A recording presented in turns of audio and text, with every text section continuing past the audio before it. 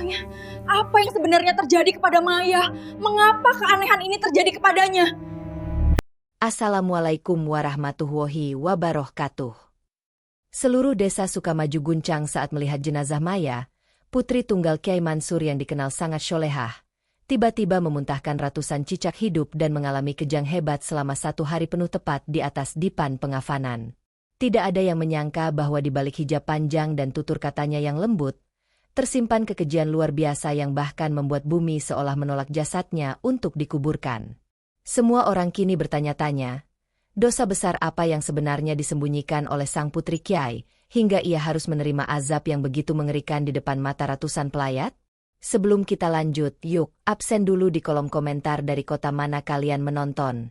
Semoga yang sudah subscribe channel ini selalu dimudahkan segala urusannya, dilapangkan rezekinya, sehat jasmani, rohani, serta dikabulkan semua hajat dunia akhirat oleh Allah Subhanahu wa Ta'ala. Amin.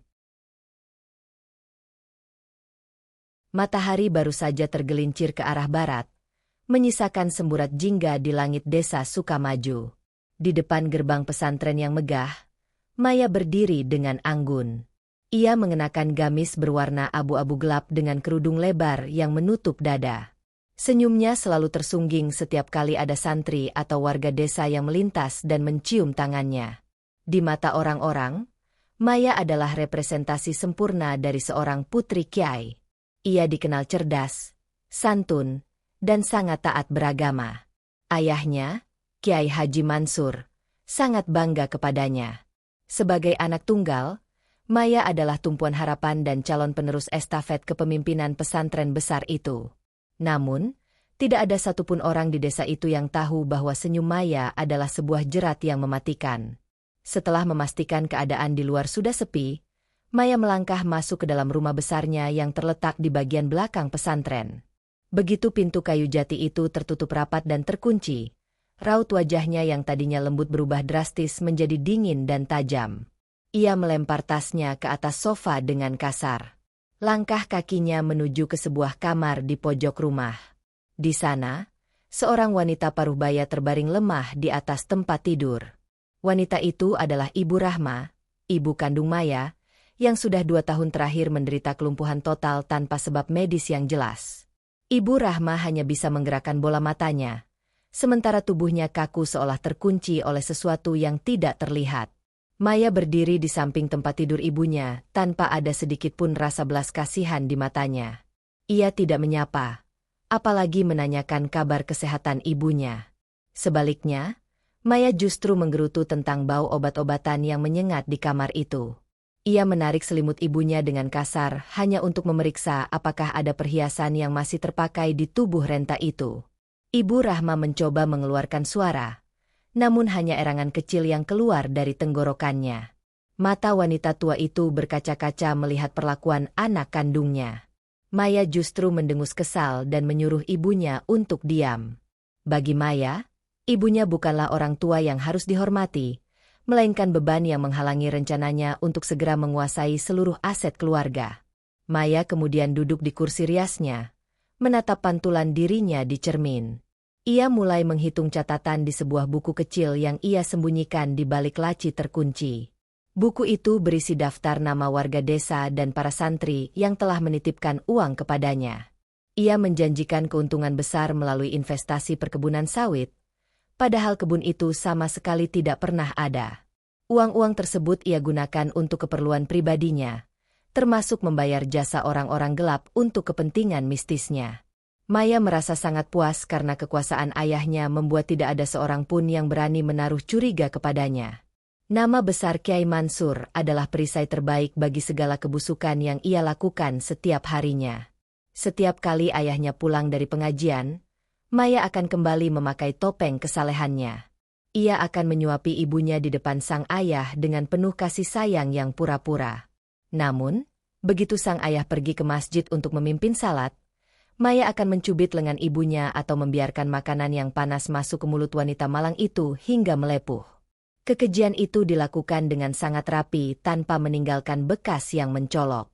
Maya merasa dirinya sangat cerdik karena berhasil menipu semua orang, termasuk ayahnya sendiri. Ia yakin bahwa harta dan kekuasaan akan segera jatuh sepenuhnya ke tangannya, tanpa peduli berapa banyak orang yang harus ia hancurkan atau berapa banyak dosa yang harus ia timbun di pundaknya sendiri. Malam itu, Maya kembali merencanakan sesuatu yang lebih besar. Ia merasa proses kelumpuhan ibunya terlalu lambat. Ia ingin sang ibu benar-benar kehilangan hak suara atau bahkan kehilangan kesadaran sepenuhnya agar surat kuasa tanah bisa segera ia tanda tangani secara paksa. Maya tidak peduli dengan azab atau hukum Tuhan yang sering disampaikan ayahnya dalam ceramah. Baginya, Tuhan hanyalah alat untuk mendapatkan simpati, dan agama hanyalah pakaian untuk menutupi ambisinya yang hitam. Ia tidak sadar bahwa setiap tindakan kejinya sedang dicatat oleh alam, dan waktu untuk mempertanggungjawabkan semuanya sudah semakin dekat, jauh lebih cepat dari yang ia perkirakan dalam rencana-rencana liciknya.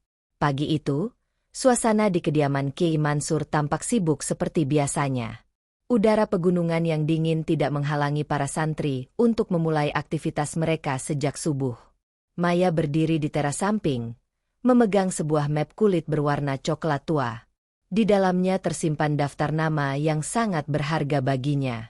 Itu bukan daftar santri yang berprestasi, melainkan daftar orang-orang yang telah menyerahkan seluruh tabungan hidup mereka kepadanya. Maya menatap daftar itu dengan mata yang berbinar karena ketamakan. Baginya, setiap nama adalah tumpukan uang yang akan menjamin hidup mewahnya di masa depan, jauh dari desa yang menurutnya membosankan ini.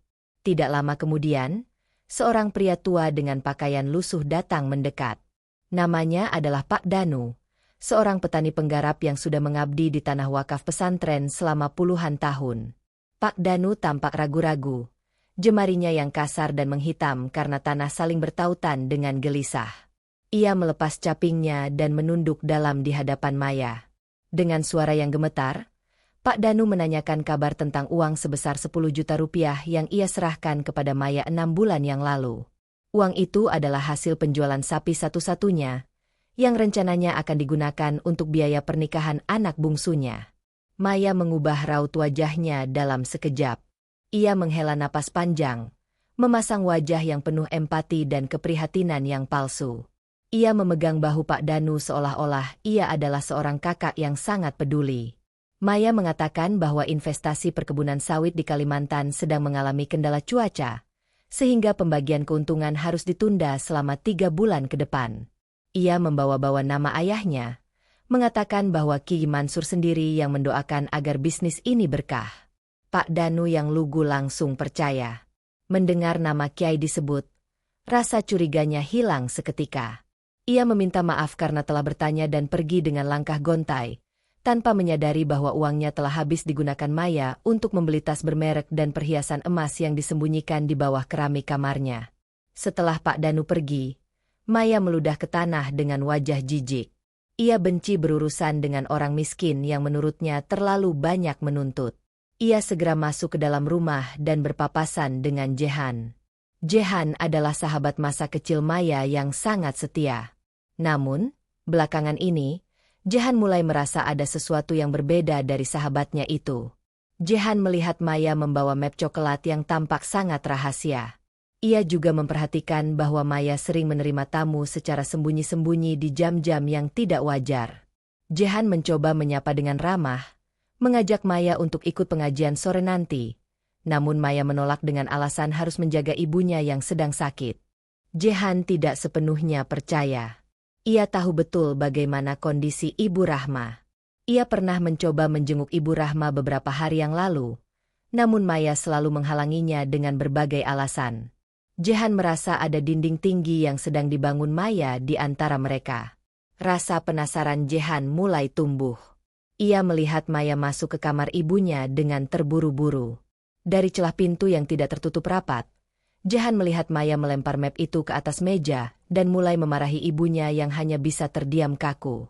Suara Maya terdengar tajam dan penuh kebencian, sangat berbeda dengan suara lembut yang biasa didengar warga saat ia mengaji di masjid. Di dalam kamar, Maya semakin menjadi-jadi. Ia merasa kesal karena ibunya terus menatapnya dengan pandangan yang penuh air mata. Bagi Maya, tatapan itu adalah sebuah tuduhan. Ia mengambil paksa sebuah botol kecil dari laci meja rias. Cairan di dalamnya berwarna keruh dan berbau sangat anyir. Itu adalah ramuan yang ia dapatkan dari seorang dukun di desa seberang. Maya memaksa ibunya untuk meminum cairan itu.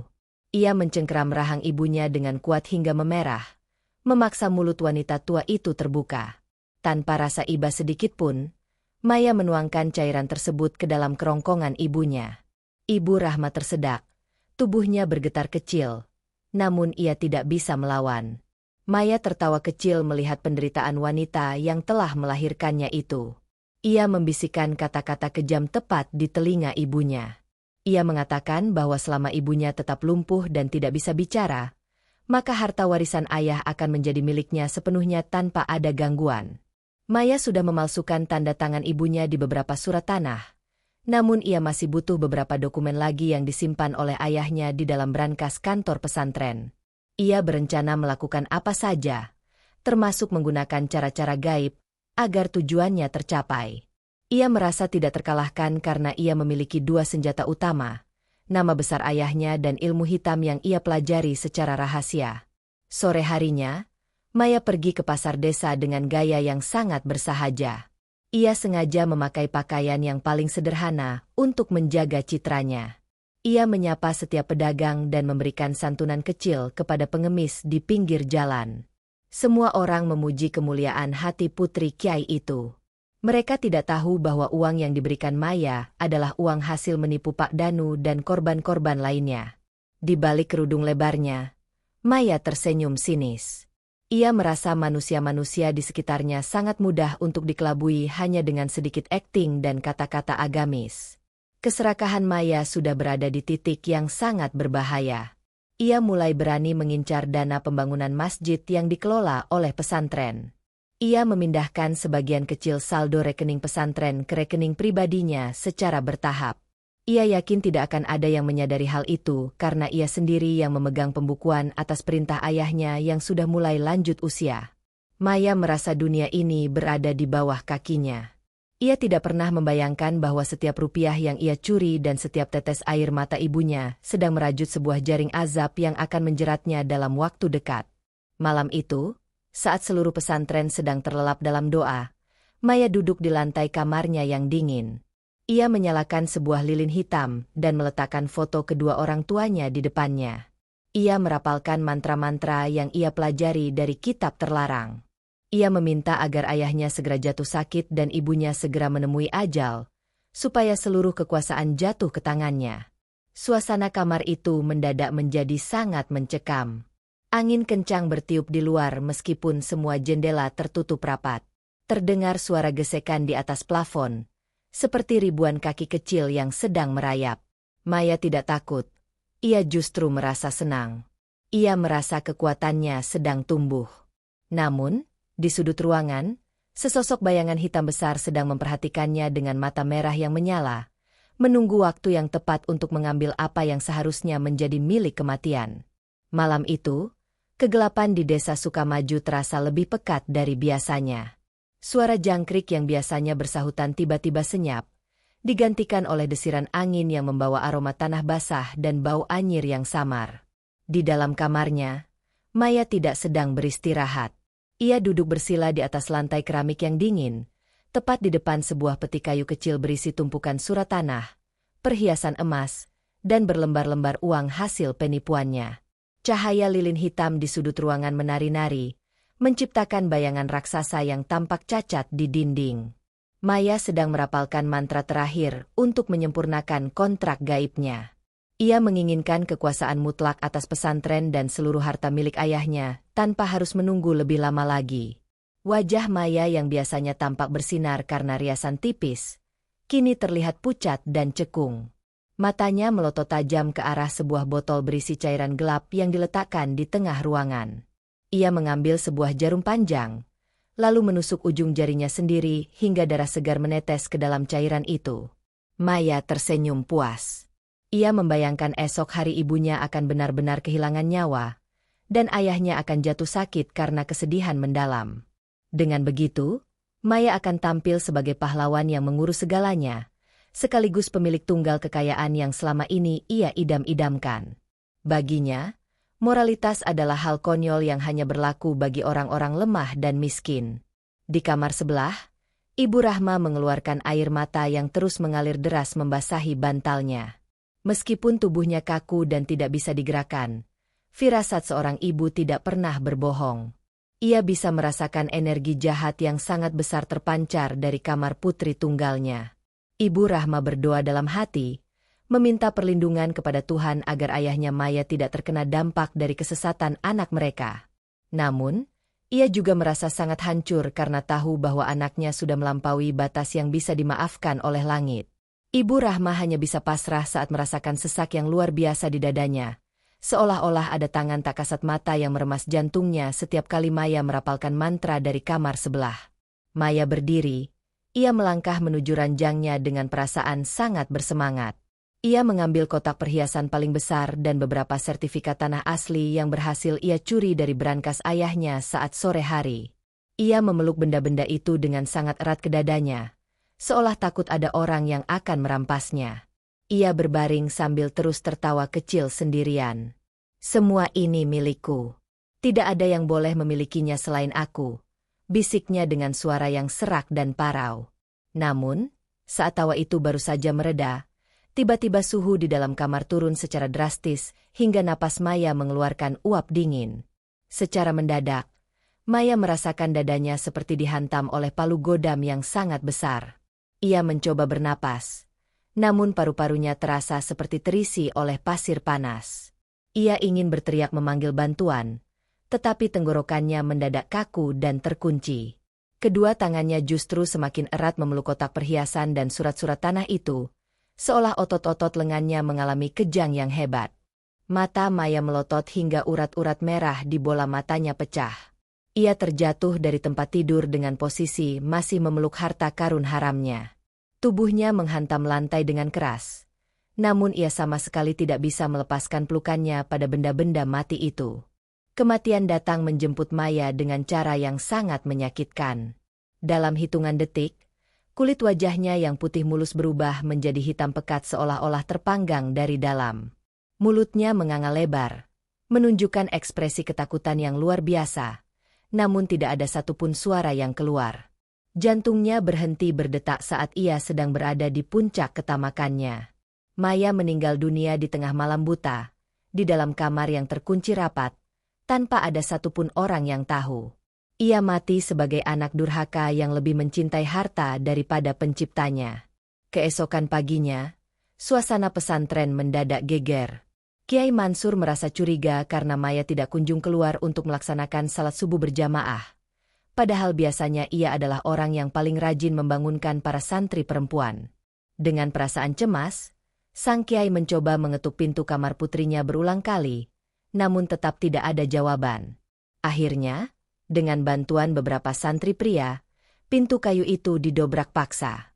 Pemandangan di dalam kamar membuat semua orang yang melihatnya berteriak histeris dan beristighfar berkali-kali. Maya ditemukan tergeletak di lantai dalam posisi yang sangat aneh. Ia meringkuk seperti janin sambil memeluk erat peti perhiasan dan tumpukan kertas sertifikat. Yang paling mengerikan adalah kondisi fisiknya. Wajah Maya benar-benar menghitam legam seperti arang yang terbakar. Sangat kontras dengan warna kulit leher dan tangannya yang masih normal. Matanya yang melotot seolah sedang menatap sesuatu yang sangat mengerikan di depan sana. Kiai Mansur jatuh terduduk.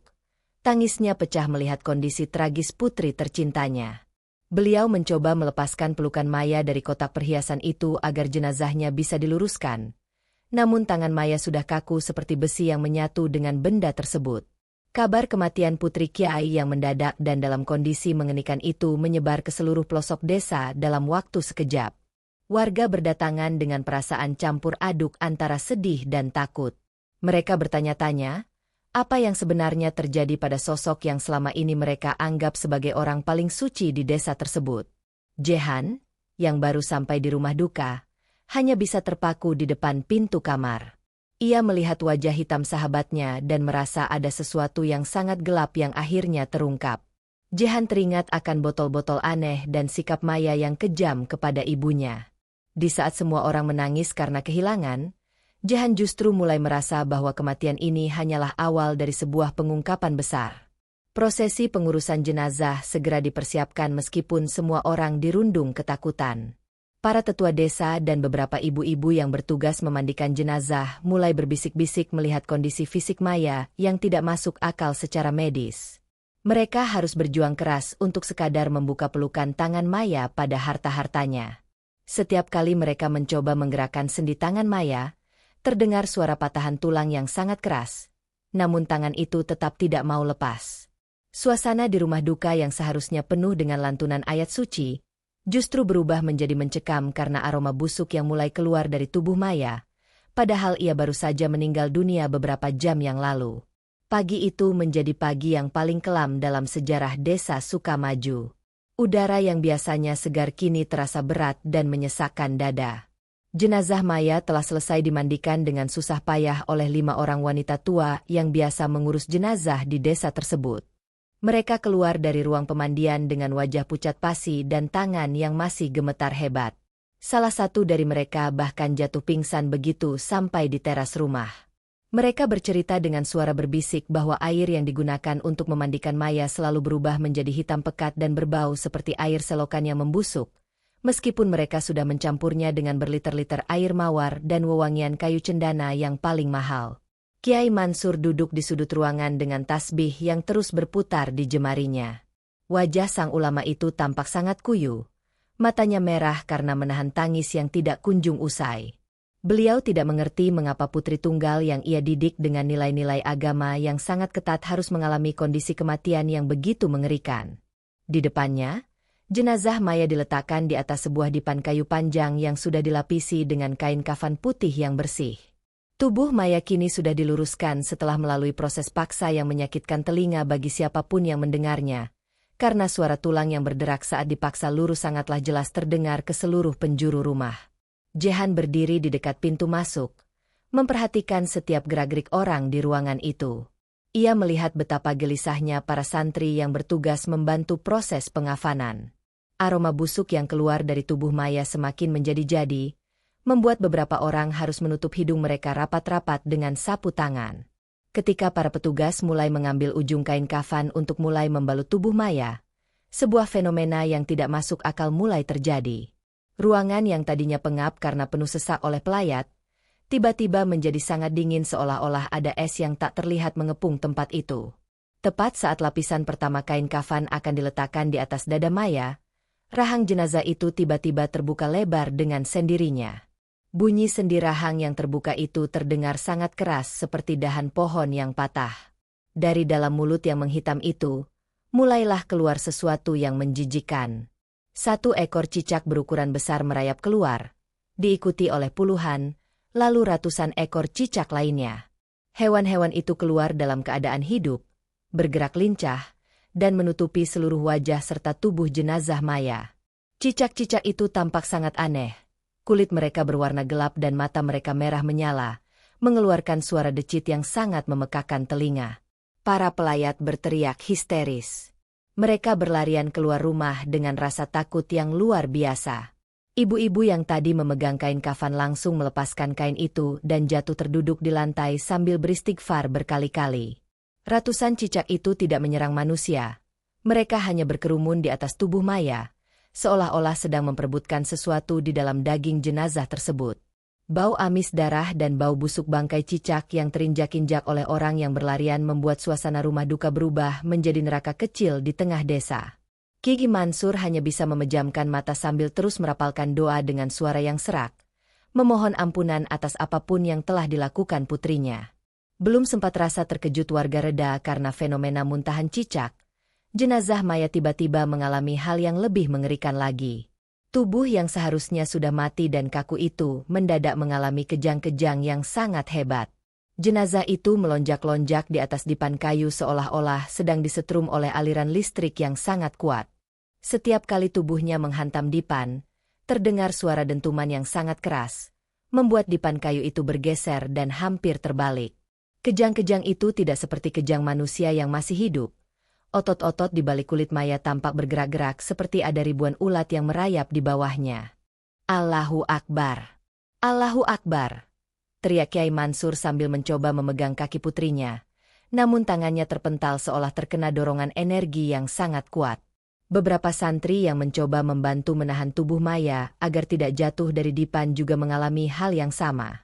Mereka tidak kuat menahan getaran dan lonjakan tubuh jenazah yang sangat bertenaga itu. Wajah Maya yang tadi menghitam kini tampak semakin menyeramkan karena matanya yang melotot seolah-olah hendak keluar dari rongganya. Sementara mulutnya tetap menganga mengeluarkan cairan lendir berwarna hijau kecoklatan yang sangat bau. Kejadian kejang-kejang itu berlangsung selama berjam-jam tanpa berhenti sedikit pun.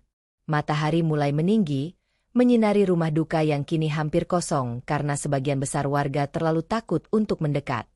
Hanya Jehan, Kiai Mansur, dan beberapa kerabat dekat yang bertahan di dalam ruangan yang penuh dengan bangkai cicak tersebut.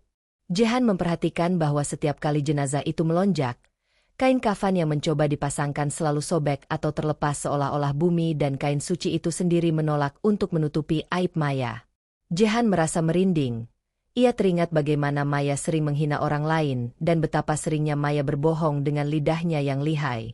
Sekarang, lidah itu tampak menjulur keluar, digigit oleh giginya sendiri setiap kali kejang itu datang. Warga desa mulai berkumpul di halaman rumah dengan perasaan was-was. Mereka mulai bergunjing tentang apa yang sebenarnya telah dilakukan oleh putri Kiai yang selama ini mereka puja. Cerita tentang muntahan cicak menyebar dari mulut ke mulut dengan sangat cepat, menambah stigma negatif pada keluarga Kiai yang tadinya sangat dihormati. Sebagian warga merasa bahwa ini adalah peringatan dari Tuhan bahwa kemuliaan seseorang di mata manusia bukanlah jaminan kemuliaan di mata Sang Pencipta. Mereka yang tadinya merasa kehilangan kini justru merasa jijik, dan ingin segera melihat jenazah itu dikuburkan agar malapetaka tidak menimpa desa mereka. Hingga matahari terbenam dan azan maghrib berkumandang, jenazah Maya tetap belum bisa dikafani dengan sempurna. Setiap kali ada yang mencoba mendekat, kejang itu akan semakin hebat. Bahkan sesekali terdengar suara geraman yang sangat rendah dari kerongkongan jenazah tersebut. Kejang itu berlangsung seharian penuh, memaksa Kiai Mansur untuk memutuskan menunda pemakaman hingga keesokan harinya. Malam itu menjadi malam yang sangat panjang bagi keluarga Kiai. Di dalam rumah yang sunyi, hanya suara dentuman tubuh Maya yang menghantam dipan kayu yang terus terdengar, beradu dengan suara tangisan Ibu Rahma yang hanya bisa merintih dari kamarnya, menyadari bahwa anaknya sedang menanggung siksaan yang sangat pedih sebelum sampai ke liang lahat. Menjelang fajar menyingsing, barulah kejang itu perlahan-lahan mereda. Tubuh Maya akhirnya berhenti bergerak tepat saat cahaya matahari pertama mulai muncul di ufuk timur. Namun, kondisi jenazah itu sudah sangat rusak. Kulitnya banyak yang terkelupas dan aromanya sudah menyerupai bangkai yang sudah berhari-hari tidak diurus. Jehan yang tidak tidur semalaman terus memperhatikan jenazah itu dari kejauhan. Ia bertekad, segera setelah pemakaman selesai, ia harus mencari tahu apa yang sebenarnya disembunyikan oleh sahabatnya itu. Ia tahu bahwa muntahan ratusan cicak dan kejang seharian penuh bukanlah sebuah kebetulan, melainkan sebuah pesan yang tertulis dengan tinta penderitaan. Matahari baru saja menampakkan sinarnya, namun kegelapan seolah enggan beranjak dari kediaman Kiai Mansur. Setelah 1 hari penuh jenazah Maya mengalami kejang yang mengerikan, akhirnya tubuh itu terdiam kaku tepat saat azan subuh berkumandang. Namun, diamnya tubuh Maya tidak membawa ketenangan bagi siapapun. Aroma busuk yang keluar dari jasad itu kini sudah menyebar hingga ke jalanan depan pesantren, membuat siapapun yang lewat terpaksa menutup hidung. Kondisi Maya sudah sangat mengenaskan. Kulitnya yang tadi menghitam kini mulai mengelupas, mengeluarkan cairan bening yang sangat anyir. Para warga yang tadinya berbondong-bondong datang karena simpati, kini berdiri jauh di luar pagar dengan raut wajah penuh ketakutan dan kecurigaan. Kiai Mansur, dengan tubuh yang tampak semakin bungkuk karena beban batin yang luar biasa, memerintahkan agar pemakaman segera dilaksanakan pagi itu juga. Beliau tidak ingin penderitaan putrinya menjadi tontonan lebih lama lagi.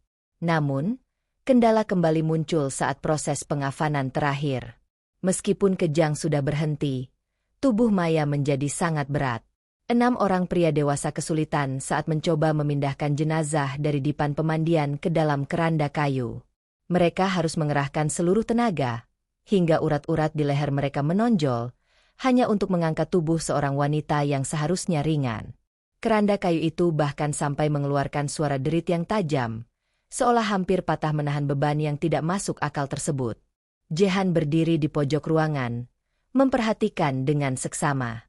Ia melihat kain kafan yang menyelimuti mayat tampak terus-menerus basah oleh cairan yang merembes dari dalam, meskipun sudah dilapisi kain berkali-kali. Jehan merasa ada sesuatu yang menariknya untuk masuk ke dalam kamar Maya yang masih berantakan.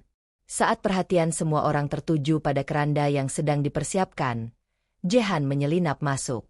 Kamar itu masih menyisakan aroma dupa dan bau bangkai cicak yang sangat kuat. Jehan melihat ke bawah tempat tidur. Di tempat ia sebelumnya melihat botol-botol aneh. Ia menarik sebuah kotak kecil yang tersembunyi di balik lipatan karpet. Di dalamnya, ia menemukan sebuah ponsel pintar dengan pelindung berwarna merah yang sangat ia kenali sebagai milik pribadi Maya, serta beberapa botol kecil berisi cairan keruh yang berisi rambut dan kuku manusia. Jantung Jehan berdegup kencang. Ia tahu ini adalah bukti praktik ilmu hitam. Di luar rumah, prosesi keberangkatan jenazah dimulai. Keranda digotong oleh 8 orang pria paling kuat di pesantren tersebut. Namun, baru beberapa langkah keluar dari pintu rumah, para penggotong mulai limbung. Mereka merasa keranda itu semakin lama semakin berat, seolah-olah di dalamnya tidak berisi satu orang manusia, melainkan bongkahan batu besar. Langkah mereka terseret-seret di atas tanah. Kiai Mansur berjalan di depan dengan langkah yang goyah, terus-menerus merapalkan ayat-ayat suci dengan suara yang bergetar. Tidak ada lantunan tahlil yang biasanya menggema keras di desa itu setiap kali ada warga yang meninggal. Suasana justru sunyi senyap, hanya terdengar suara napas terengah-engah dari para penggotong keranda dan bisik-bisik ketakutan dari warga yang menyaksikan dari kejauhan. Perjalanan menuju pemakaman desa yang biasanya hanya memakan waktu 10 menit terasa seperti berjam-jam. Langit yang tadi cerah tiba-tiba tertutup mendung hitam yang pekat. Padahal saat itu masih pagi buta. Angin kencang mulai bertiup, menerbangkan debu-debu jalanan dan menggugurkan daun-daun kering. Anehnya, angin itu seolah-olah hanya berputar di sekitar keranda Maya. Jehan yang mengikuti dari belakang dengan menyimpan ponsel Maya di balik sakunya, merasakan hawa dingin yang menusuk tulang. Ia melihat beberapa penggotong keranda mulai menyerah karena bahu mereka terasa seperti dihantam beban ratusan kilogram. Mereka harus bergantian setiap 5 meter. Sebuah kejadian yang belum pernah terjadi sebelumnya di desa Sukamaju. Sesampainya di pemakaman, masalah baru kembali muncul. Para penggali kubur yang sudah bekerja sejak malam hari tampak pucat pasi. Mereka melaporkan kepada Kiai Mansur bahwa liang lahat yang sudah mereka gali sesuai ukuran normal tiba-tiba menyempit. Tanah di sisi kiri dan kanan seolah-olah bergerak merapat dengan sendirinya setiap kali mereka selesai menggali. Selain itu, dasar liang lahat itu terus-menerus mengeluarkan air berwarna hitam yang sangat bau. Padahal saat itu sedang musim kemarau panjang dan tanah di sekitarnya sangat kering. Kiai Mansur hanya bisa menghela napas panjang dan meminta para penggali untuk terus mencoba. Beliau turun sendiri ke dalam liang lahat untuk memastikan semuanya siap. Namun beliau terperanjat saat melihat puluhan kalajengking keluar dari sela-sela tanah yang baru saja digali. Proses penguburan menjadi momen yang paling mencekam. Saat keranda dibuka dan jenazah Maya akan diturunkan, bau busuk yang keluar begitu menyengat hingga membuat beberapa orang muntah di tempat. Tubuh Maya kini sudah berubah bentuk, membengkak secara tidak wajar di bagian perut. Saat tali pocong dilepaskan di dalam liang lahat, tanah di bawah jenazah itu tiba-tiba amblas sedalam setengah meter secara mendadak. Jenazah Maya jatuh terperosok ke dalam lubang amblas tersebut dengan posisi wajah yang tidak menghadap kiblat. Beberapa santri mencoba memutar posisi tubuhnya. Namun jenazah itu kembali lagi ke posisi semula seolah-olah ada tangan di bawah tanah yang menariknya. Kiai Mansur akhirnya memerintahkan untuk segera menguruk liang lahat tersebut meskipun posisi jenazah belum sempurna. Beliau menyadari bahwa bumi seolah-olah menolak keberadaan putrinya. Saat tanah mulai dilemparkan ke dalam lubang, terdengar suara dentuman keras dari bawah tanah, seperti suara seseorang yang sedang memukul-mukul peti kayu dengan amarah. Tanah yang dilemparkan pun seolah-olah mental kembali ke atas, membuat proses penguburan memakan waktu yang sangat lama. Setiap orang yang ikut mencangkul tanah merasakan kelelahan yang luar biasa, seolah-olah mereka sedang menggali gunung batu yang keras. Tangis Kiai Mansur pecah sepenuhnya saat ia harus menginjakan kakinya di atas tanah makam putrinya yang tidak kunjung rata. Setelah makam berhasil ditutup, kondisi gundukan tanah itu tampak sangat aneh. Tanah makam Maya terlihat pecah-pecah dan mengeluarkan uap panas yang tipis. Tidak ada satupun bunga yang ditaburkan di atasnya yang tetap segar. Semuanya langsung layu dan menghitam dalam hitungan menit. Kiai Mansur terduduk lemas di samping nisan kayu yang bertuliskan nama putrinya. Beliau tidak sanggup berkata-kata lagi. Sementara itu, Jehan berdiri agak jauh dari kerumunan. Ia meraba ponsel di sakunya dan merasakan getaran kecil. Ia tahu bahwa tugasnya baru dimulai. Ia harus mengungkap rahasia yang dibawa Maya ke dalam kubur, bukan untuk membalas dendam, tetapi untuk membebaskan Ibu Rahma dan warga desa dari jerat kejahatan yang selama ini disembunyikan dengan rapi di balik topeng kesalehan. Malam harinya, setelah semua pelayat pulang, Jehan duduk di kamarnya dengan pintu terkunci. Ia mencoba membuka ponsel Maya. Setelah beberapa kali mencoba pola sandi, ia akhirnya berhasil masuk. Matanya terbelalak melihat ribuan pesan singkat yang berisi ancaman dari orang-orang yang ditipu oleh Maya. Ia juga menemukan folder tersembunyi yang berisi foto-foto dokumen kepemilikan tanah milik warga desa yang sudah beralih nama menjadi nama Maya secara ilegal. Yang paling mengerikan, Jehan menemukan rekaman suara Maya saat ia sedang berbicara dengan seorang dukun, merencanakan cara untuk membuat ibunya lumpuh agar tidak bisa menghalangi niatnya menjual tanah pesantren. Jehan menutup mulutnya dengan tangan, air matanya jatuh bukan karena sedih, melainkan karena ngeri menyadari betapa jahatnya orang yang selama ini ia anggap sebagai sahabat terbaiknya. Suasana di kediaman Ki Mansur setelah pemakaman sama sekali tidak menunjukkan tanda-tanda ketenangan. Meskipun raga Maya sudah bersatu dengan tanah, namun aroma busuk yang ditinggalkannya seolah enggan menguap dari dinding-dinding rumah besar itu. Warga desa yang biasanya berkumpul untuk melakukan tahlilan bersama, kini hanya datang dalam jumlah sedikit. Mereka duduk dengan jarak yang saling berjauhan, saling berbisik tentang kengerian yang mereka saksikan di pemakaman tadi pagi. Jehan duduk di antara para pelayat, namun pikirannya sama sekali tidak berada di sana. Tangannya yang dingin terus meraba ponsel merah milik Maya yang ia sembunyikan di balik saku gamisnya. Setiap kali ponsel itu bergetar karena pesan masuk dari para korban penipuan, jantung Jehan berdegup kencang seolah hendak melompat keluar. Setelah acara doa bersama selesai dan para tamu mulai berpamitan pulang, Jehan tidak langsung pergi. Ia mendekati Kiai Mansur yang sedang duduk termenung di kursi kayu ruang tamu. Wajah sang Kiai tampak sangat tua dalam waktu satu malam saja. Kerutan di dahi dan bawah matanya semakin dalam, mencerminkan luka batin yang tak terperikan. Jehan meminta izin untuk masuk ke kamar Ibu Rahma dengan alasan ingin membantu membersihkan ruangan dan mengganti pakaian sang ibu. Kiai Mansur hanya mengangguk pelan tanpa mengeluarkan satu kata pun.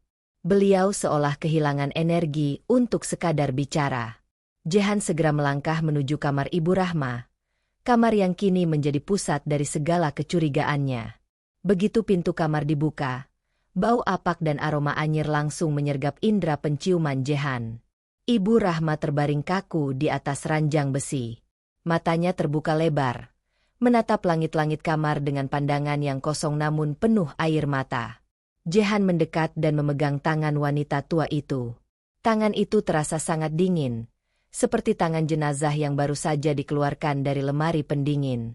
Jehan berbisik lembut di telinga Ibu Rahma, mengatakan bahwa ia akan mencari tahu apa yang sebenarnya terjadi. Saat mendengar kata-kata itu, bola mata Ibu Rahma bergerak cepat ke arah bawah ranjang, seolah memberi isyarat yang sangat kuat. Air matanya mengalir semakin deras, dan bibirnya yang kering bergetar hebat meskipun tidak ada suara yang keluar. Jehan mengikuti arah pandangan Ibu Rahma. Ia berlutut di lantai yang dingin, lalu perlahan menyandarkan kepalanya ke lantai untuk melihat apa yang ada di kolong tempat tidur tersebut. Ruangan di bawah ranjang itu sangat gelap dan penuh debu. Dengan menggunakan lampu senter dari ponsel rahasia Maya, Jehan menyapu pandangannya ke seluruh sudut kolong. Di sana, di antara tumpukan kain tua dan sisa-sisa kayu, ia melihat sebuah botol kaca kecil dengan tutup yang dilapisi lilin merah. Jehan merogohkan tangannya ke dalam, mengabaikan debu dan sarang laba-laba yang menempel di kulitnya. Begitu tangannya menyentuh botol itu, ia merasakan sensasi panas yang menyengat, seolah ia baru saja memegang bara api yang terbungkus kaca. Jehan menarik botol itu keluar dan membawanya ke bawah cahaya lampu kamar yang temaram. Isi di dalam botol itu membuat Jehan hampir berteriak karena jijik. Di dalam cairan berwarna keruh kekuningan itu, terdapat gumpalan rambut manusia yang panjang, potongan kuku yang sudah menghitam, dan beberapa jarum karatan yang diikat dengan benang merah. Jehan segera menyadari bahwa ini bukan sekadar ramuan tradisional atau obat biasa. Ini adalah media ilmu hitam tingkat tinggi yang digunakan untuk mengunci saraf seseorang. Jehan teringat rekaman suara di ponsel Maya tentang kesepakatan dengan seorang dukun. Sekarang semuanya menjadi sangat jelas. Maya sengaja menaruh benda terkutuk ini di bawah ranjang ibunya agar sang ibu tetap lumpuh secara permanen. Rasa marah dan ngeri bercampur aduk di dalam hati Jehan. Ia menatap Ibu Rahma yang terus memperhatikan botol itu dengan ketakutan yang luar biasa. Jehan baru menyadari betapa jahatnya sahabat yang selama ini ia banggakan. Maya bukan hanya seorang penipu yang rakus akan harta, tetapi ia adalah anak durhaka yang tega menyiksa ibu kandungnya sendiri demi kekuasaan. Sambil memegang botol itu, Jehan mulai mencari bukti lain. Ia membuka lemari kecil di samping ranjang dan menemukan sebuah buku agenda kulit berwarna hitam. Di dalamnya, Maya mencatat setiap rupiah yang ia curi dari dana pembangunan masjid dan tabungan para santri. Jumlahnya mencapai ratusan juta rupiah, angka yang sangat fantastis untuk ukuran desa kecil seperti Sukamaju. Di dalam buku itu juga tertulis skenario licik Maya untuk memfitnah beberapa pengurus pesantren jika suatu saat penipuannya terendus. Maya sudah menyiapkan bukti-bukti palsu untuk menjerumuskan orang-orang tidak bersalah agar dirinya tetap aman. Jehan merasa mual membaca setiap baris tulisan tangan Maya yang sangat rapi namun penuh dengan racun kebencian. Maya menuliskan bahwa ia membenci ibunya karena ibunya dianggap terlalu banyak mengatur dan selalu mengingatkannya tentang akhirat. Bagi Maya, ayahnya hanya sekadar mesin pencari uang dan status sosial, sementara ibunya adalah penghalang yang harus disingkirkan dari urusan harta warisan keluarga. Puncak kengerian Jehan terjadi saat ia membuka folder tersembunyi di ponsel Maya yang baru saja ia pecahkan kode keamanannya. Di sana terdapat foto-foto dokumen pemindahan hak milik tanah pesantren yang dilakukan secara diam-diam. Maya telah memalsukan cap jempol ibunya saat sang ibu sedang tidur atau dalam kondisi tidak sadar karena pengaruh ilmu hitam tersebut. Ada juga foto-foto Maya yang sedang berpose mewah di sebuah hotel di kota besar, menggunakan uang hasil menipu para petani miskin di desanya. Jehan tidak percaya bahwa semua kekejian ini dilakukan oleh seorang wanita yang setiap harinya memakai kerudung lebar dan berbicara lembut tentang surga dan neraka di depan para santriwati. Tiba-tiba, suara pintu kamar terbuka membuat Jehan terlonjak kaget. Ia segera menyembunyikan botol dan buku hitam itu di balik punggungnya. Ternyata yang masuk adalah Kiai Mansur. Sang Kiai masuk dengan langkah gontai untuk memeriksa kondisi istrinya. Jehan berusaha bersikap tenang meskipun keringat dingin mulai membasahi dahinya. Kiai Mansur menatap istrinya dengan penuh kasih sayang, lalu beralih menatap Jehan. Beliau bertanya apakah ada perkembangan dari kesehatan Ibu Rahma. Jehan terdiam sejenak, tenggorokannya terasa sangat kering. Ia ingin segera mengungkap semuanya saat itu juga. Namun ia melihat kondisi fisik Kiai Mansur yang sangat lemah. Ia takut jika kejujuran ini akan membunuh sang ulama tua itu seketika karena rasa malu dan kecewa yang tak tertahankan. Jehan akhirnya hanya menjawab bahwa Ibu Rahma perlu istirahat lebih banyak. Namun, sebelum Kiai Mansur keluar dari kamar, sebuah kejadian aneh kembali terjadi. Botol yang disembunyikan Jehan di balik punggungnya tiba-tiba bergetar dengan sendirinya. Bunyi gesekan kaca di tangan Jehan terdengar cukup keras di ruangan yang sunyi itu. Kiai Mansur menghentikan langkahnya dan menoleh ke arah tangan Jehan. Suasana mendadak menjadi sangat tegang. Jehan merasa seolah-olah arwah Maya sedang marah karena rahasianya mulai terbongkar. Di saat yang sama, Ibu Rahma tiba-tiba mengerang keras. Sebuah suara yang belum pernah ia keluarkan selama 2 tahun terakhir. Suara erangan itu terdengar seperti sebuah peringatan akan adanya bahaya yang sedang mengintai mereka semua di rumah terkutuk itu. Jehan menyadari bahwa konflik ini tidak bisa lagi disembunyikan. Rahasia gelap Maya sudah mulai mencari jalannya sendiri untuk muncul ke permukaan. Bahkan jika itu harus menghancurkan nama baik pesantren yang sudah dibangun selama puluhan tahun. Ia tahu bahwa mulai besok, hidupnya dan hidup keluarga Ki Mansur tidak akan pernah sama lagi.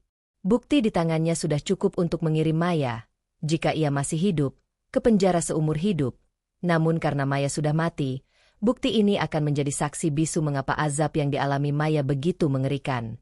Jehan harus bersiap menghadapi kemarahan warga dan kesedihan mendalam sang kiai yang selama ini telah ditipu oleh anak kandungnya sendiri dengan sangat rapi dan keji.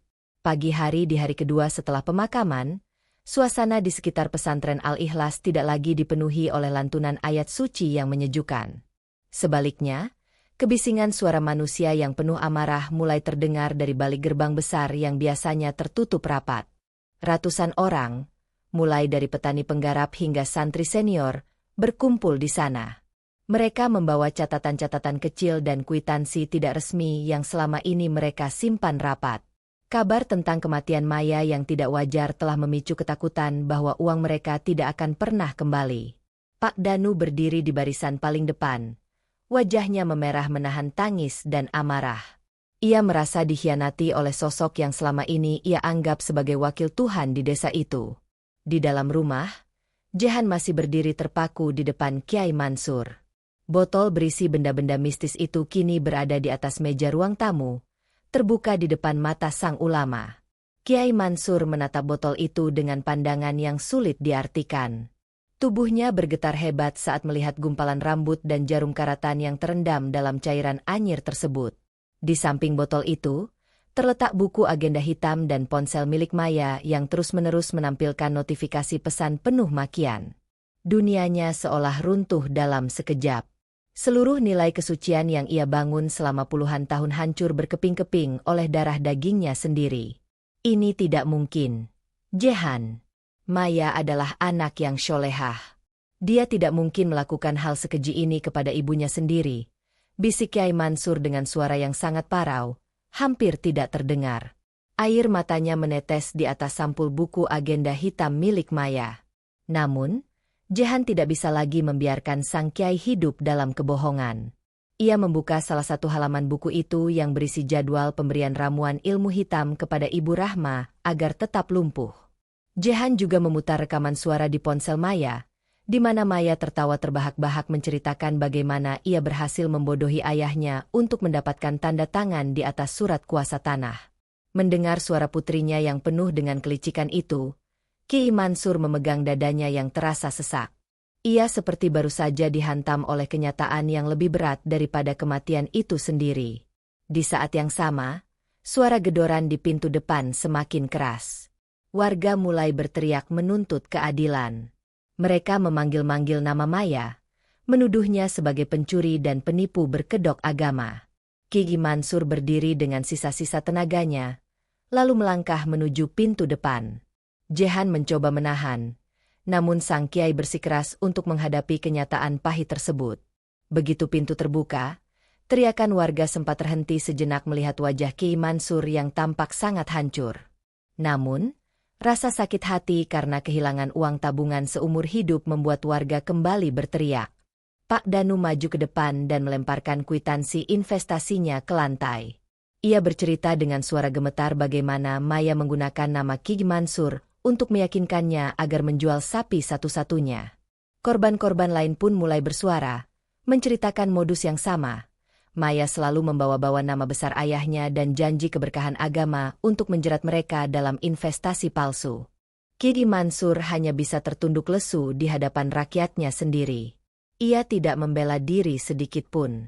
Setiap kata yang keluar dari mulut warga seperti sembilu yang menyayat jantungnya. Di tengah kerumunan itu, Jehan muncul membawa buku agenda hitam milik Maya. Ia menjelaskan kepada semua orang bahwa semua dana yang mereka setorkan telah habis digunakan Maya untuk kepentingan pribadi dan praktik ilmu hitam.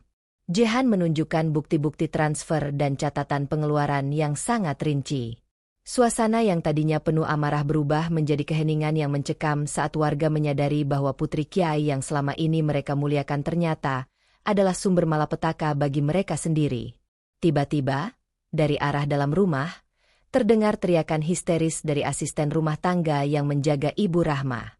Jehan dan Kiai Mansur segera berlari masuk, diikuti oleh beberapa warga yang nekat menerobos.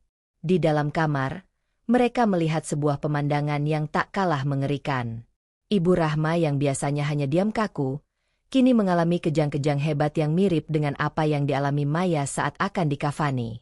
Mulut Ibu Rahma mengeluarkan busa putih yang bercampur dengan darah, sementara matanya melotot ke arah sudut ruangan yang kosong. Anehnya, suhu di kamar itu mendadak menjadi sangat panas seperti berada di depan tungku api yang menyala. Jehan teringat akan botol mistis yang tadi ia ambil dari bawah ranjang. Ia segera mengambil botol itu dari meja ruang tamu dan membawanya kembali ke kamar. Begitu botol itu mendekat ke arah Ibu Rahma, kejang sang ibu perlahan mereda, namun digantikan oleh suara geraman yang sangat rendah dari bawah kolong tempat tidur. Warga yang melihat hal itu mulai beristighfar dan ketakutan. Mereka menyadari bahwa kejahatan Maya telah meninggalkan bekas yang sangat gelap di rumah itu. Kiai Mansur segera duduk di samping istrinya, membacakan ayat-ayat kursi dengan suara yang lantang namun penuh dengan isak tangis. Beliau menyadari bahwa ia harus membersihkan rumah ini tidak hanya dari bukti-bukti fisik, tetapi juga dari pengaruh gaib yang ditinggalkan putrinya. Konflik memuncak ketika beberapa warga yang merasa paling dirugikan mulai bertindak anarkis. Mereka merasa Kiai Mansur juga harus bertanggung jawab atas perbuatan anaknya. Mereka mulai mengambil barang-barang di ruang tamu sebagai jaminan atas uang mereka yang hilang. Suasana menjadi sangat kacau. Para santri mencoba menahan warga, namun emosi massa sudah tidak terkendali. Di tengah kekacauan itu, tiba-tiba terdengar suara ledakan kecil dari arah botol mistis yang dipegang Jehan. Botol itu pecah berkeping-keping tanpa disentuh siapapun, mengeluarkan bau busuk yang jauh lebih menyengat daripada sebelumnya. Bau itu seketika memenuhi seluruh ruangan, membuat semua orang terbatuk dan menghentikan aksi mereka. Bau busuk itu identik dengan bau cicak yang dimuntahkan jenazah Maya. Jehan menyadari bahwa hancurnya botol itu adalah tanda bahwa ikatan ilmu hitam pada Ibu Rahma telah terputus secara paksa oleh alam. Namun, harga yang harus dibayar sangatlah mahal. Ibu Rahma pingsan dengan kondisi tubuh yang sangat lemah, sementara Kiai Mansur jatuh terduduk di lantai, menutupi wajahnya dengan kedua tangan. Beliau merasa tidak lagi memiliki wajah untuk menatap warga desanya. Kehormatan yang ia bangun seumur hidup hilang dalam satu hari, karena ia gagal mendidik putri tunggalnya sendiri. Malam itu, setelah warga berhasil ditenangkan dengan janji bahwa Kiai Mansur akan menjual sebagian aset pesantren untuk mengganti rugi, rumah itu menjadi sangat sunyi. Jehan duduk di samping Ibu Rahma yang mulai siuman. Untuk pertama kalinya dalam 2 tahun, Ibu Rahma bisa menggerakkan jemari tangannya dan mengeluarkan suara meskipun sangat lirih. Kata pertama yang keluar dari mulutnya adalah istighfar, yang ditujukan untuk almarhumah anaknya. Jehan hanya bisa menangis melihat pemandangan itu. Ia menyadari bahwa meskipun kebenaran sudah terungkap, luka yang ditinggalkan oleh Maya terlalu dalam untuk bisa sembuh dalam waktu singkat. Azab yang dialami Maya bukan hanya saat ia mati, tetapi juga kehancuran nama baik dan penderitaan orang tua yang ia tinggalkan di dunia.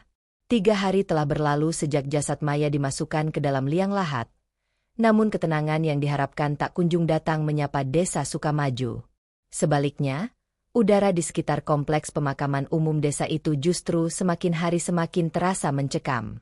Penduduk desa yang biasanya melintasi jalan setapak di samping pemakaman untuk pergi ke sawah, kini memilih memutar jalan sejauh 2 kilometer.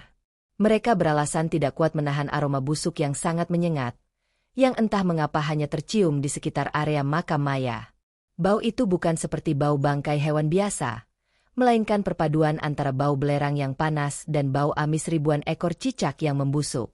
Jehan berdiri di depan cermin kamarnya, menatap pantulan dirinya yang tampak kuyu karena kurang tidur.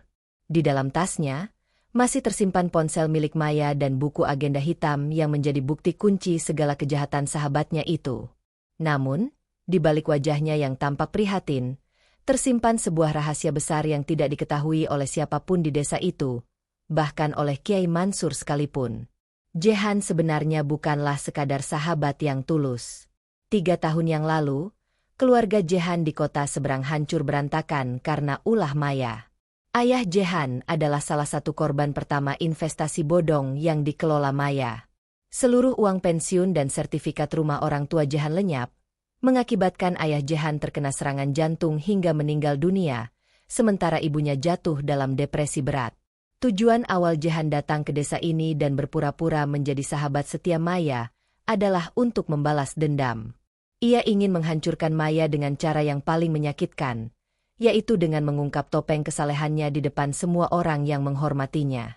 Jehan adalah orang yang secara diam-diam meletakkan doa-doa khusus dan amalan tertentu yang ia dapatkan dari seorang guru spiritual, dengan tujuan agar setiap kemunafikan Maya dibalas langsung oleh alam. Ia ingin azab itu terjadi secara nyata di depan mata warga desa, agar tidak ada lagi yang tertipu oleh wajah manis sang putri Kiai. Ia merasa kepuasan yang aneh saat melihat jenazah Maya memuntahkan ratusan cicak tempo hari, karena ia tahu itulah perwujudan dari lidah Maya yang selalu berbohong dan berkhianat. Pagi itu, Jehan memutuskan untuk mengunjungi makam Maya seorang diri sebelum ia membawa Kiai Mansur ke sana. Langkah kakinya terasa berat saat memasuki area pemakaman. Rumput-rumput di sekitar makam lain tampak hijau dan segar karena embun pagi.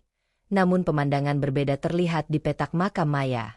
Tanah gundukan makam itu tampak amblas sedalam 30 cm. Seolah-olah ada sesuatu di bawah sana yang menyedot tanah itu masuk ke dalam bumi. Nisan kayu yang baru dipasang 3 hari lalu pun sudah terlihat lapuk dan patah menjadi 2 bagian. Padahal kayu itu adalah kayu jati kualitas terbaik. Jehan menutup hidungnya dengan sapu tangan karena bau busuk yang keluar dari retakan tanah itu sungguh tidak tertahankan. Jehan melihat ada uap panas yang keluar dari sela-sela tanah yang pecah di atas makam. Ia mengambil sebuah ranting pohon dan mencoba menusukkannya ke dalam tanah tersebut. Ranting itu seketika menghitam seolah-olah baru saja dibakar oleh api yang sangat panas. Jehan bergidik ngeri, namun di dalam hatinya ia merasa bahwa ini adalah keadilan yang sepadan. Ia teringat bagaimana Maya sering tertawa saat melihat orang-orang kecil menangis meminta uang mereka kembali. Maya pernah berkata kepada Jehan bahwa orang miskin memang diciptakan untuk menjadi pijakan bagi orang-orang cerdas seperti dirinya. Kata-kata itu selalu terngiang di telinga Jehan, membakar api dendam yang tak kunjung padam hingga saat ini. Saat sedang memperhatikan kondisi makam, Jehan dikejutkan oleh suara langkah kaki di belakangnya. Ia segera berbalik dan menemukan Pak Danu berdiri dengan wajah yang penuh amarah dan kesedihan. Pak Danu membawa sebuah cangkul di tangannya. Petani tua itu bercerita bahwa semalam ia bermimpi didatangi oleh ribuan cicak yang merayap di sekujur tubuhnya, dan cicak-cicak itu bersuara dengan suara Maya yang meminta tolong. Pak Danu merasa bahwa arwah Maya tidak tenang dan terus mengganggu tidurnya. Ia datang ke makam bukan untuk mendoakan, melainkan untuk meluapkan kemarahannya. Pak Danu memaki-maki gundukan tanah itu, menuntut agar uangnya dikembalikan. Jehan hanya diam membisu, menyaksikan betapa dalam luka yang ditanamkan Maya di hati orang-orang kecil ini. Jehan kemudian kembali ke rumah Kiai Mansur dengan perasaan yang berkecamuk. Ia melihat Ibu Rahma sudah duduk di kursi roda di teras depan. Meskipun masih sangat lemah dan bicaranya terbata-bata, Ibu Rahma sudah mulai bisa menggerakkan sebagian anggota tubuhnya sejak botol mistis itu dihancurkan. Kiai Mansur duduk di samping istrinya, menyuapi bubur dengan tangan yang masih gemetar. Keadaan ekonomi keluarga itu kini berada di titik terendah. Kiai Mansur telah mengumumkan akan menjual sebagian besar tanah pribadinya untuk membayar ganti rugi kepada warga. Beliau lebih memilih hidup miskin daripada harus menanggung hutang dosa putrinya di akhirat nanti. Melihat pemandangan itu, ada sedikit rasa iba di hati Jehan terhadap kedua orang tua tersebut. Mereka adalah orang-orang baik yang sayangnya telah melahirkan dan membesarkan seorang iblis berwajah manusia. Namun, Jehan tetap pada pendiriannya. Kebenaran harus diungkapkan sepenuhnya agar tidak ada lagi rahasia yang tersisa. Ia mendekati Kiai Mansur dan mengatakan bahwa kondisi makam Maya sangat memprihatinkan dan warga desa mulai merasa resah karena bau busuk yang semakin menyebar. Jehan menyarankan agar Kiai Mansur dan Ibu Rahma melihat langsung kondisi makam tersebut untuk terakhir kalinya, sekaligus melakukan doa pembersihan secara besar-besaran agar desa kembali tenang. Kiai Mansur terdiam cukup lama sebelum akhirnya mengangguk setuju. Beliau menyadari bahwa sebagai seorang ayah dan pemimpin agama, ia tidak bisa lari dari kenyataan pahit ini. Beliau ingin melihat sendiri apa yang sebenarnya terjadi pada tempat peristirahatan terakhir anaknya. Sementara itu, Ibu Rahma hanya bisa menangis dalam diam. Air matanya jatuh membasahi kerudung putih yang ia kenakan. Beliau tahu bahwa perjalanan ke makam nanti akan menjadi perjalanan yang sangat menyakitkan. Namun itu adalah bagian dari proses penebusan dosa yang harus mereka lalui sebagai keluarga. Malam harinya, Jehan duduk di kamar tamu, menyiapkan semua bukti fisik yang akan ia tunjukkan kepada warga desa esok hari setelah kunjungan ke makam. Ia merasa misinya hampir selesai. Dendam atas kematian ayahnya dan kehancuran keluarganya sudah terbayar lunas dengan kehancuran nama baik Maya. Namun, ada perasaan hampa yang tiba-tiba menyelinap di hatinya. Ia melihat foto dirinya bersama Maya yang masih tersimpan di ponsel merah itu. Di dalam foto itu, Maya tampak begitu cantik dan tulus dengan senyumnya. Jehan menyadari betapa mengerikannya jika kejahatan dibalut dengan agama. Ia bersumpah akan memastikan bahwa cerita tentang Maya akan menjadi pelajaran abadi bagi seluruh warga desa, agar mereka tidak lagi hanya melihat seseorang dari tampilan luarnya saja, melainkan dari amal perbuatannya yang nyata. Esok pagi diputuskan sebagai waktu kunjungan terakhir itu. Jehan sudah mengatur agar beberapa tokoh masyarakat ikut hadir sebagai saksi. Ia ingin semua orang melihat dengan mata kepala sendiri bagaimana bumi memberikan kesaksian atas dosa-dosa seorang manusia.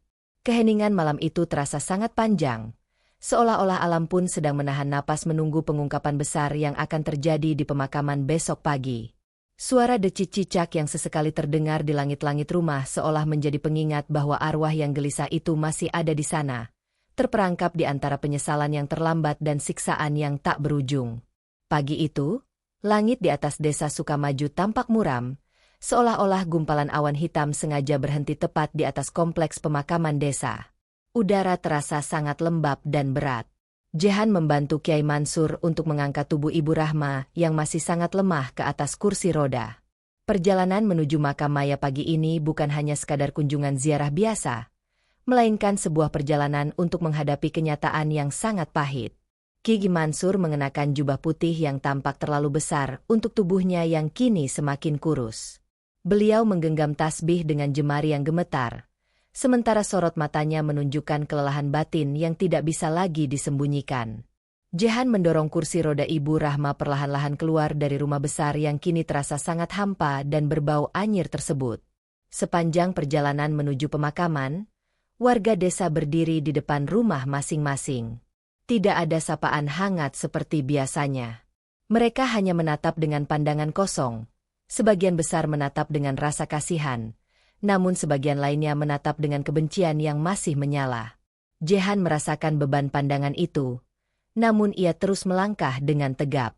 Di dalam tas kecilnya, ia membawa seluruh bukti yang ia kumpulkan selama berhari-hari.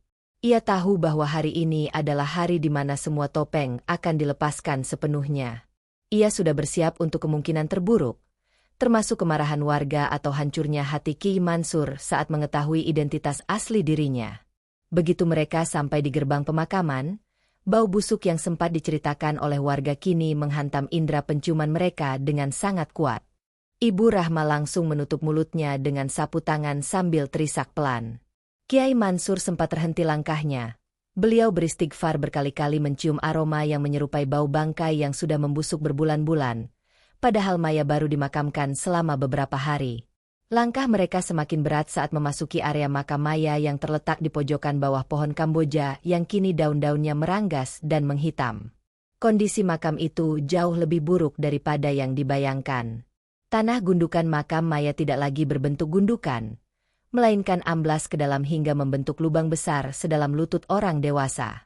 Retakan-retakan tanah yang lebar muncul di sekeliling lubang tersebut, mengeluarkan asap tipis yang sangat panas. Nisan kayu jati yang mahal itu patah menjadi dua bagian dan tergeletak di tanah yang pecah-pecah. Tidak ada satupun bunga mawar atau melati yang tersisa. Semuanya sudah berubah menjadi abu hitam seolah-olah terbakar dari bawah tanah. Jehan membawa kursi roda Ibu Rahma sedekat mungkin ke pinggir makam yang amblas itu, meskipun hawa panas yang keluar dari dalam lubang membuat kulit mereka terasa perih. Kiai Mansur jatuh terduduk di pinggir lubang tersebut. Beliau menyentuh tanah yang panas itu dengan tangannya yang gemetar. Air mata sang ulama mengalir deras, membasahi janggut putihnya yang kini tidak lagi terawat. Beliau mencoba membacakan ayat-ayat suci untuk menenangkan suasana. Namun setiap kali beliau memulai bacaan, suara geraman rendah dari bawah tanah kembali terdengar, membuat bulu kuduk semua orang yang hadir di sana berdiri. Ibu Rahma hanya bisa menangis tanpa suara. Tangannya mencengkeram erat sandaran kursi roda. Beliau melihat betapa bumi seolah-olah sedang menghukum putrinya dengan cara yang paling nyata dan mengerikan.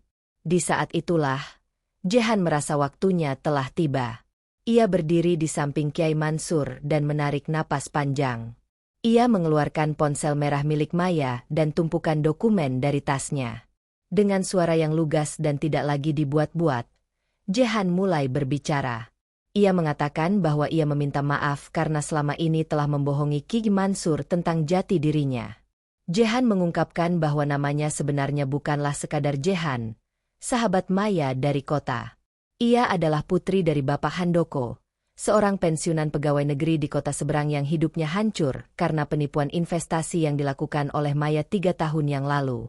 Jehan menceritakan dengan detail bagaimana Maya datang ke rumah keluarganya dengan penampilan yang sangat religius, menjanjikan investasi syariah yang akan membawa berkah. Ayah Jehan percaya sepenuhnya karena Maya membawa nama besar ayahnya, Ki Mansur.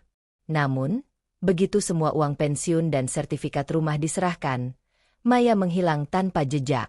Ayah Jehan meninggal karena serangan jantung akibat tekanan batin, dan ibu Jehan kehilangan kewarasannya karena harus hidup di jalanan. Jehan datang ke desa ini dengan tujuan tunggal, mencari Maya dan memastikan bahwa semua orang tahu siapa sebenarnya wanita itu di balik hijab lebarnya. Mendengar pengakuan Jehan, Ki Mansur terpaku seolah-olah baru saja disambar petir di siang bolong. Beliau menatap Jehan dengan pandangan yang tidak percaya. Namun bukti-bukti dokumen yang diletakkan Jehan di atas tanah amblas itu tidak bisa dibantah. Dokumen itu menunjukkan aliran dana yang sangat besar ke rekening pribadi Maya, termasuk uang dari keluarga Jehan. Jehan juga menunjukkan rekaman video di ponsel Maya yang memperlihatkan Maya sedang menertawakan para korbannya sambil menghitung tumpukan uang di sebuah hotel mewah. Maya dalam video itu tampak sangat berbeda. Ia merokok dan berpakaian minim, sangat jauh dari citra solehah yang selama ini ia tampilkan di pesantren.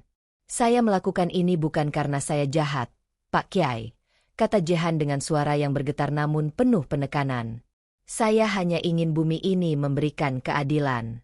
Saya yang meletakkan doa-doa khusus di sekitar rumah ini agar semua kebusukan Maya tidak bisa lagi disembunyikan oleh setan.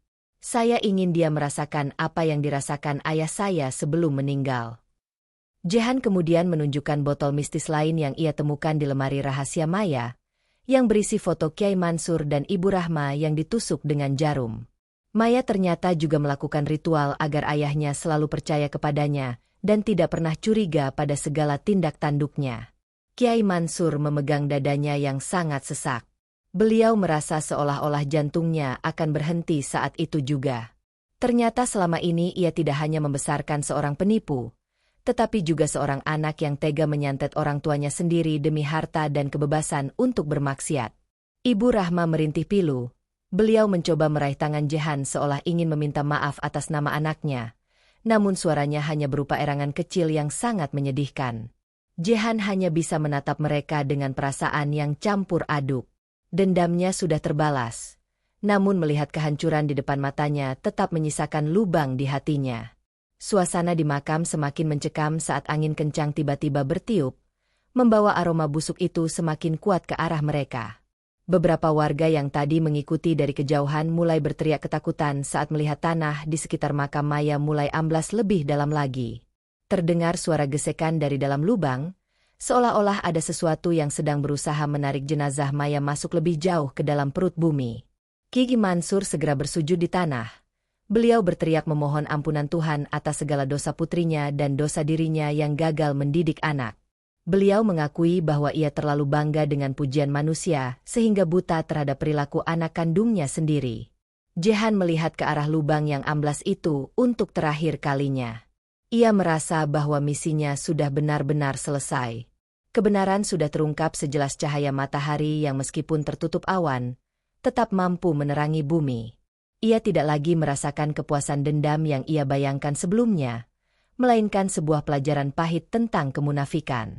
Ia menyadari bahwa azab tidak hanya datang kepada orang yang berbuat jahat, tetapi juga membawa penderitaan bagi orang-orang baik di sekitarnya yang terpaksa menanggung malu.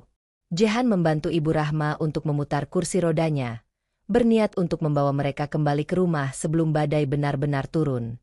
Namun, sebelum mereka sempat pergi, sebuah fenomena terakhir terjadi. Tanah yang amblas itu tiba-tiba mengeluarkan suara dentuman yang sangat keras dari bawah. Retakan tanah itu menyemburkan ribuan bangkai cicak yang sudah kering dan hangus seolah-olah baru saja dipanggang. Semua orang yang hadir di sana lari kocar-kacir dalam ketakutan yang luar biasa. Kiai Mansur hanya bisa tertunduk lesu di samping makam yang hancur itu, menyadari bahwa putrinya benar-benar telah menjadi penghuni neraka dunia sebelum sampai ke akhirat. Jehan menatap ke arah langit, membiarkan air hujan pertama yang jatuh membasahi wajahnya, berharap bahwa air ini bisa sedikit membersihkan noda dosa yang sudah sangat mengotori desa tersebut.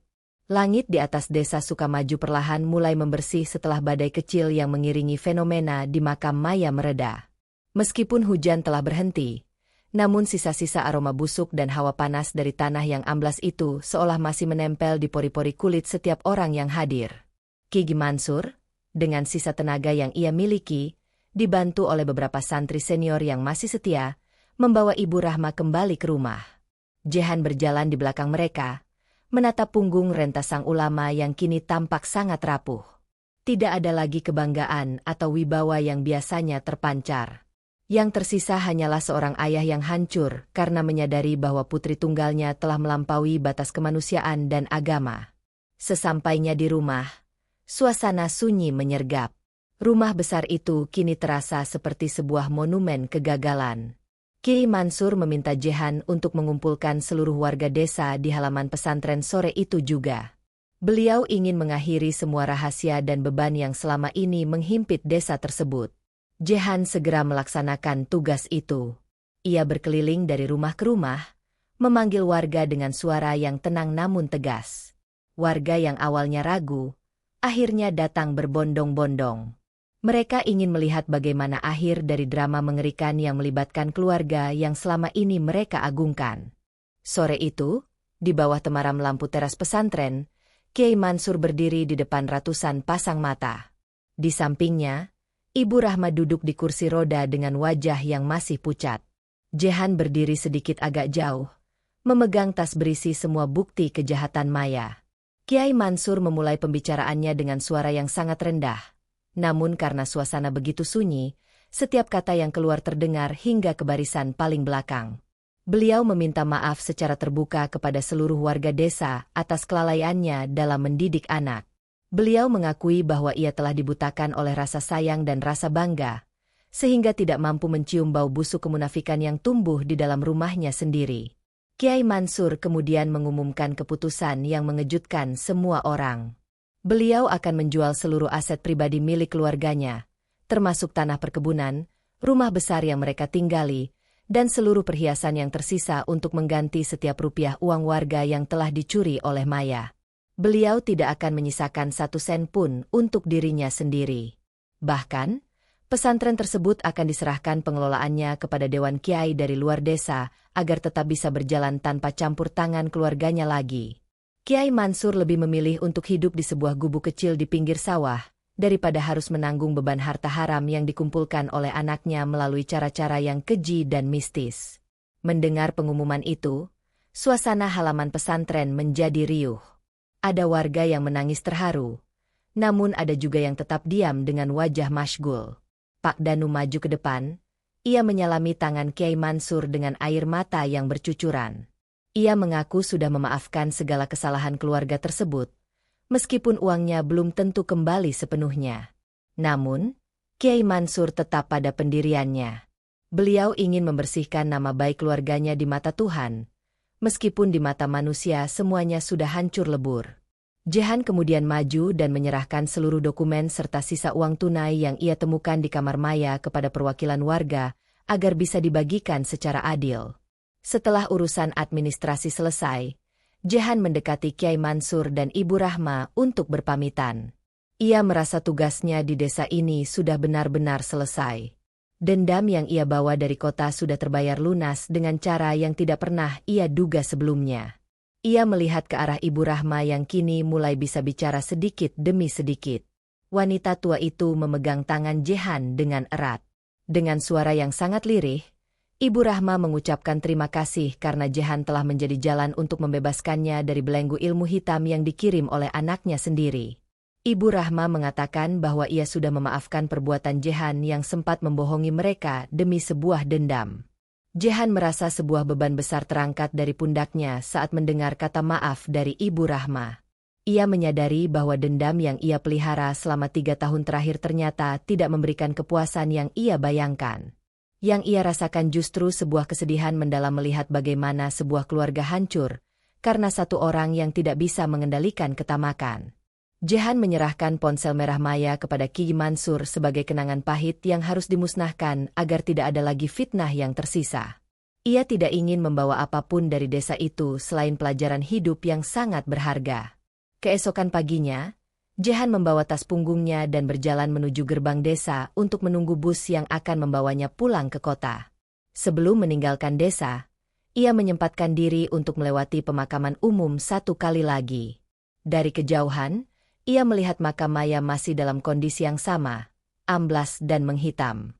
Warga desa sepakat untuk tidak memperbaiki makam itu dan membiarkannya sebagai peringatan bagi siapapun tentang azab bagi anak durhaka dan penipu. Bau busuk cicak itu perlahan mulai menghilang, digantikan oleh bau tanah basah setelah hujan. Namun gundukan tanah yang pecah-pecah itu tetap menjadi saksi bisu atas sebuah akhir yang sangat memilukan. Jehan menaiki bus dengan perasaan yang jauh lebih tenang. Di dalam bus, ia melihat ke arah jendela, menatap pegunungan yang mengelilingi desa Sukamaju yang perlahan mulai menjauh. Ia berjanji akan menjemput ibunya di rumah sakit jiwa dan memulai hidup baru dengan kejujuran. Ia tidak ingin lagi ada rahasia atau kebohongan dalam hidupnya. Jehan menyadari bahwa azab yang menimpa Maya bukan hanya tentang kengerian fisik seperti muntahan cicak atau kejang seharian penuh, tetapi tentang bagaimana bumi dan manusia menolak kehadiran seseorang yang telah kehilangan rasa kemanusiaan demi tumpukan harta yang fana. Ki Mansur dan Ibu Rahma akhirnya pindah ke sebuah rumah kayu sederhana di pinggiran desa. Mereka menghabiskan hari-hari mereka dengan beribadah dan membantu warga secara tulus tanpa embel-embel jabatan atau status sosial. Pesantren Al-Ikhlas mulai bangkit kembali di bawah kepemimpinan baru, meskipun cerita tentang Putri Kiai yang terkena azab tetap menjadi legenda yang diceritakan secara turun-temurun. Setiap kali ada cicak yang berbunyi di langit-langit rumah warga pada malam Jumat, mereka akan teringat pada wajah menghitam Maya dan muntahan hewan tersebut dari mulutnya. Desa itu kini menjadi lebih waspada terhadap kemunafikan dan lebih menghargai kejujuran di atas segalanya. Kisah Maya berakhir di liang lahat yang amblas, namun dampaknya memberikan kehidupan baru bagi warga desa Sukamaju. Mereka belajar bahwa agama bukan hanya soal pakaian atau jabatan, melainkan soal bagaimana memperlakukan sesama manusia, terutama orang tua yang telah melahirkan dan membesarkan kita.